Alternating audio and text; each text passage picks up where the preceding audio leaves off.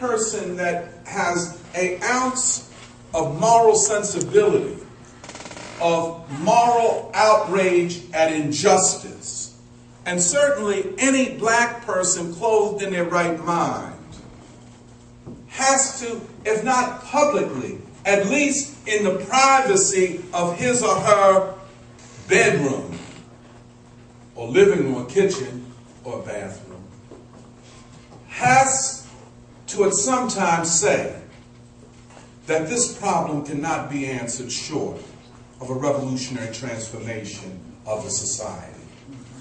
That thought has to intrude upon your consciousness if you have any sense of the world in which you live and any notion or any kind of sense of your own blackness. It has to. Now, whether you acknowledge it, whether you speak on it, or even act upon it is a whole nother question. So, yes, revolution and revolutionary thinking is to take that basic feeling, that basic sense of injustice, of wrongness. You know, all of these black people in jail can't be wrong. Trayvon, all these black kids being killed by the cops can't have done something wrong. All black people that you white people point the finger at can't be wrong. You see what I'm saying? That basic sense that produces outrage leads or can lead logically to the idea that the system must be completely changed. It is not what the white man said. And I call that the Frantz Fanon moment. Frantz Fanon. Where the oppressed person recognizes and will never go back to the old thinking that it is the white rulers, the white man, if you want to use that language, who is responsible for this. And that man, quote unquote, is not going to change.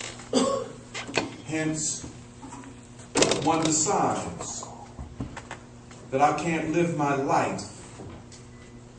I can't live a lie, put it that way. And I can't live my life compromising to a lie. Okay? That moral rejection of wrong and injustice leads to the next step, which is a revolutionary sensibility. And then, of course, it's not far from that you spend the rest of your life thinking about and developing and acting upon revolutionary ideas. You see what I'm saying? I don't know, does that make sense to you? Now, so when I talk about revolutionary thinking, I'm not talking about, an extreme position. I'm talking about what I consider to be the most natural, intellectual, and moral stance for anybody who thinks. The second thing about this, I would say, is that to be a revolutionary is also to be a person who thinks, to be an intellectual, to be a critical thinker, as they call it today. It's not just spontaneity. Every sister, brother on the corner is not going to rise to the level of revolutionary consciousness. Okay? I don't care how angry a lot of people come. Most people are not going to become revolutionaries. Revolutionaries are a small fraternity of people throughout the world. In most times, most people, for whatever reasons, cannot see or imagine beyond the system that they live under. I want it better for my children, just like the sister said last week. I hate my job. I hate my neighborhood. All I want is for my children not to have to live like I live. You see what I'm saying? And that's a good, that's positive. I'm not putting that down. But then, at another level, is what we call revolutionary consciousness.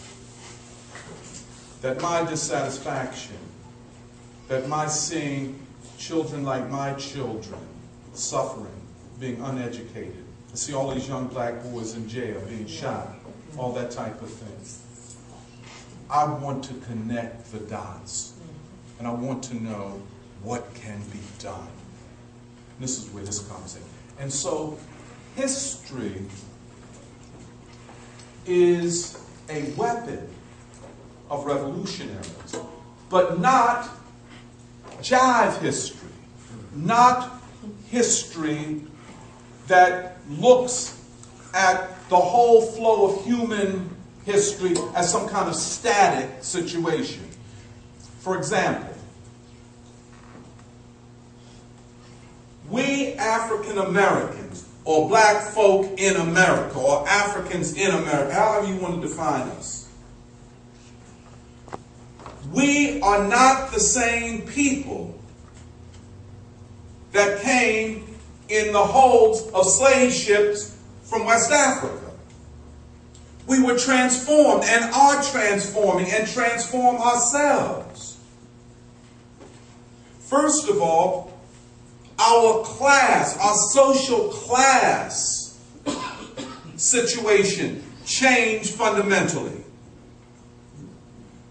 We were no longer rural, self-organizing peasantry who usually or often worked in communal situations. We were now gradually transformed into a proletariat. And from a social class or economic class standpoint, we have not gone back since that. The vast majority of African Americans are part of what we would call a black proletariat. Whether we're employed, unemployed, pushed down into the lumpen proletariat or whatever.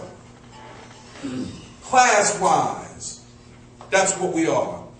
Secondly,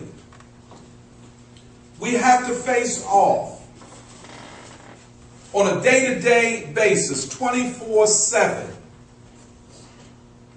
with our oppressors who themselves outnumber us, sometimes 10-1, and who control absolute political and economic power in this country. The path towards our liberation, therefore, is a more complicated one. The other thing is that even genetically, there have been changes. The DNA of African Americans is, though not fundamentally different from that of West Africans. The final thing I guess I would say that even as Africans, we are a mixture of all things or many things African. I just use that example to suggest that history is not the study solely or primarily of the past.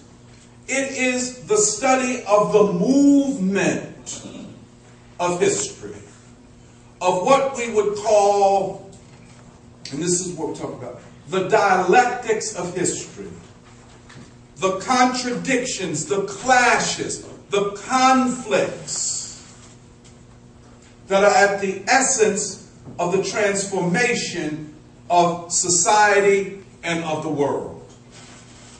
Nothing remains the same. We have not remained the same. We, African Americans, a unique African people in the throes of the most powerful imperialist empire in human history, that is held together and shaped by an ideology which is completely in opposition to us. In other words, we call it white supremacy. At its essence, it's anti-black racism.